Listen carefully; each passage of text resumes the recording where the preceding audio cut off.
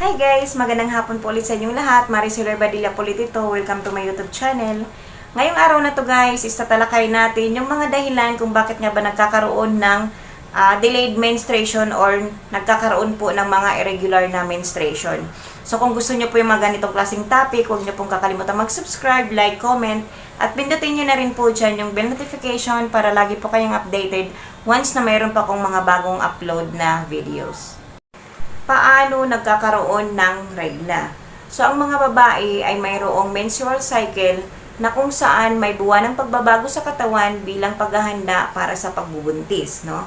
So, kada buwan nagkakaroon po ng ovulation na kung saan siya ay nagiging fertile at sa panahong ito po ay kumakapal po yung lining ng matris. Ang pagkalagas naman po ng lining ng matris ay ang pagreregla na nararamdaman ng mga kababaihan. So, karaniwang tumatagal lamang po ito ng 2 to 7 days. So, ano nga ba ang karaniwang tagal ng menstrual cycle? So, ang normal na tagal ng menstrual cycle is 28 days cycle. Minsan, maiksi is 21 days cycle. Na umaabot naman po ng 35 days cycle hanggang 40 days cycle. So, ngayon, talakayin na po natin yung mga dahilan kung bakit nga ba nagkakaroon ng mga delayed menses. So, number 1 po na pinakadahilan is yung pagbubuntis, no? Pinaka-common po sa lahat na yon. Once na ikaw ay nagkaroon po ng delayed na menses at nagtuloy-tuloy na po ito, tapos ng pregnancy test po kayo which is positive. So yan po yung pinakauna. Once na ikaw ay pregnant, hindi ka na po magkakaroon ng regla. So ang next po is yung stress, no? So ang stress po is pwedeng magdulot na pagbabago doon sa hormones na may kinalaman po sa menstrual cycle, no? So, pwedeng mental stress ka or di kaya physical stress. So, iwasan po natin yan dahil po isa po yan sa mga nakaka-apekto kung bakit po nagkakaroon ng delayed menses o di kaya po as irregular po ang menstruation po ng isang babae.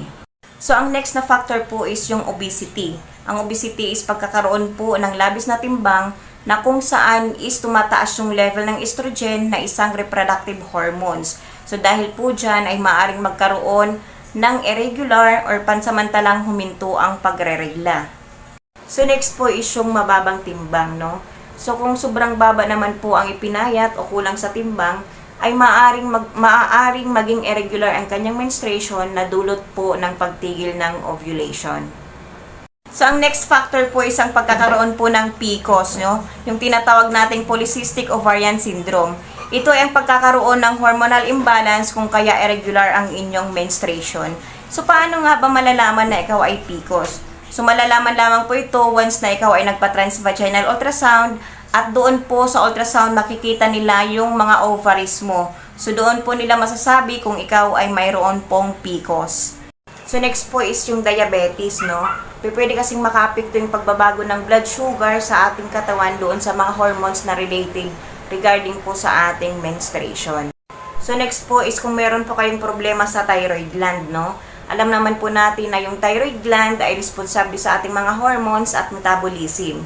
So kung mababa po yung level ng ating thyroid gland na tinatawag po nating hypothyroidism, naapektuhan po kasi yung mga hormones na may kinalaman po sa menstruation natin. So, nagkakaroon po ito ng pagbabago na ang nagiging resulta is nagkakaroon po kayo ng irregular menses o di kaya po ay delayed po ang inyong mga menstruation. So, ang next po is kung may mga iniinom po kayo mga gamot, kagaya po ng mga gamot ng antidepressant, antipsychotic, thyroid medication, anticonsultant, at chemotherapy na maaaring magdulot ng delayed menses.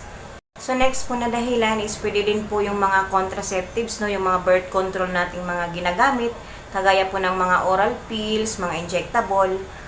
Once na nag-stop kayo dyan sa pag-gamit or sa pag-inom ng pills nyo, pwede kasing magkaroon ng pagbabago sa inyong menstruation. So, pwede siyang mag-delay at lalo na po sa mga galing po sa injectable, no? Once na po kayo ay nagtigil sa pagpapa-inject, pinakamatagal po na magkakaroon po kayo ng regla is 3 months, no? So, hindi po agad-agad bumabalik ang regla once po kayo ay tumigil sa family planning na injectable. So, isa po yan sa mga dahilan sa pagkakaroon po ng mga delayed na menses ng isang babae. So, next guys is yung breastfeeding na tinatawag po natin. Maaari po itong makaapekto sa inyong menstruation, pwede pong maging konti, maging madalang or di kaya tuluyan pong hindi kayo magkaroon ng menstruation habang po kayo ay nagpapasuso ng inyong sanggol.